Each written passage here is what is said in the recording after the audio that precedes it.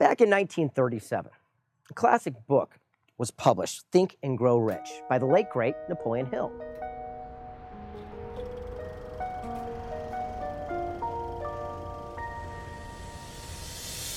Whatever the mind can conceive and believe, the mind can achieve. Under the tutelage of his mentor at that time, Mr. Carnegie, he set out on a mission: interview and pick the brains of the era's top leaders. He went to Edison, Bell, Henry Ford to find out exactly what they did, create a life of sustained abundance.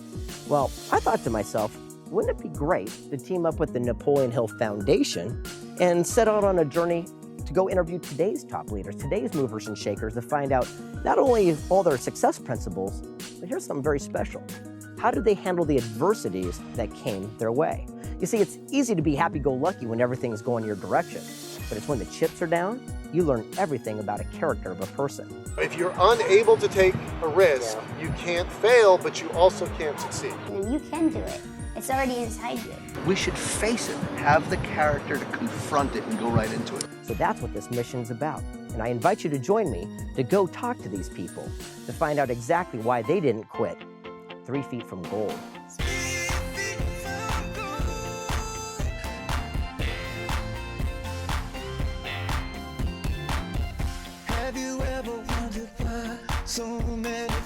Hey, come here, you gotta check this out. We just got an email in from the Napoleon Hill Foundation, and they're sending a hard copy right behind it. It says, with this letter, we're happy to confirm our exclusive agreement to move forward with this exciting and important project, 3 Feet from Gold, based on the teaching of the late Mr. Hill's classic work, Think and Grow Rich. And welcome to the Napoleon Hill family. With regards, Don Green, the Napoleon Hill Foundation. That wild?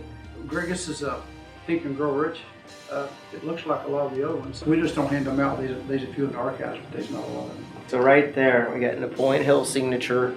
How special is that? Thank you so much.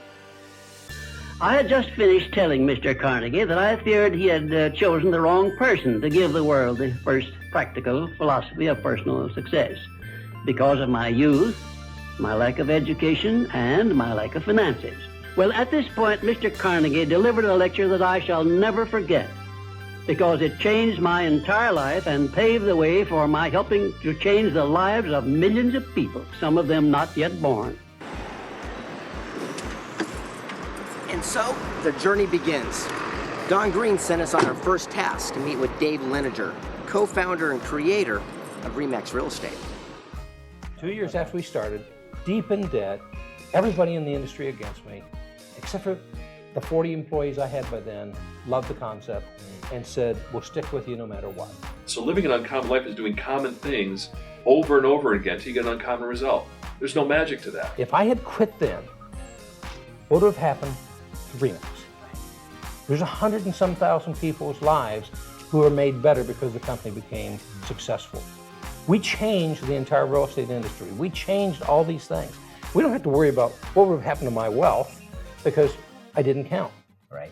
But the impact we would have had on tens of thousands, hundreds of thousands of people would have been lost. Right. But there's setbacks in business? well, it means that often it takes 3, 4, 5 years or so before you find out whether you're a hero or an idiot. Right. But there's always someone there to tell you either way. We developed a philosophy of excellence, and it was all based on good enough never is. Let me show you that. I'm going to give you an idea here because I carry these with me. That's why they look a little bit ragged. This is the one that I live by. Okay, Code of the West. And now we find ourselves in Spain, of all places. Pamplona, we just got done running with the bull. That was so awesome. Talk about suiting up and showing up for experiencing life rather than just watching it go by. There's 1 million people in the city today, and only 3,000 will be running with the bulls. Just like in life, only 1% is out there doing it, and 99% are watching. After returning to the States, the team finalized their transcript and prepared for their trip to New York. We're heading on out to New York City, where our literary agent set us up with some meetings with some top people in the industry. Don Green will be flying out from his home state to meet us there. What's great is we did not get turned down by every publisher that we went out to meet with. Nope, in fact, most of them canceled their appointment and didn't even want to meet with us in the first place. Can you believe that? Returning to San Diego, I called one of my first mentors, David Corbett. You go, Greg, you're really onto something special here, and maybe the project's bigger than just you. Perhaps you need a co-author. So I gave Don a call and said, what do you think? And he said, I gotta agree. So who did we get? Sharon Lechter. Hello, hello, hello. Co-author of the Rich Dad Poor Dad book series, selling over 29 million copies worldwide. How was it that when the first book came in and it was hot off the press in a different language, what did it make you feel like? It was really cool. It was really cool. We're on our way back from the airport to go to the Scottsdale Danny Hyatt Regency to meet with Bob Proctor, one of my absolute all-time favorite people on earth. I have lost everything I own twice. And it would have been so easy to quit. And I thought, nah. And I understood, I got to the point where I understood there's a lesson in this. Everything's a lesson. That's all it is a lesson. You can always do something. Everyone can do something. We're here at Minute Maid Park to meet with Drayton McClain, owner of the Houston Astros. Sometimes the worst situations turn out to be the best opportunity.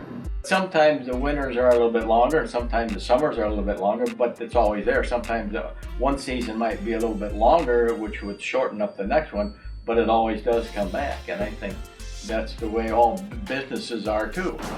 All right, we've got the manuscript done, and believe it or not, we already have 6 major publishers that want to put in offers. Boy, Sharon's quick. You know, the proposals she just sent out last week, we're already getting responses.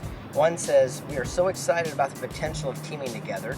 The other one says, congratulations on a great project. We look forward to collaborate.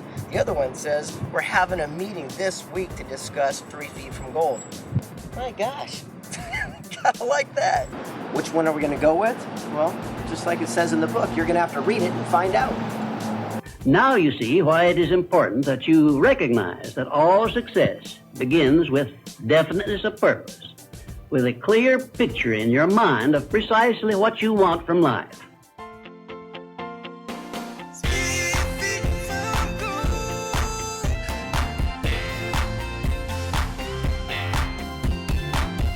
Have you ever wondered why so many fail while others succeed? The opposite of courage is not cowardness, it's conformity. Every one of us are an example. We talk ourselves out of more things than we could ever imagine.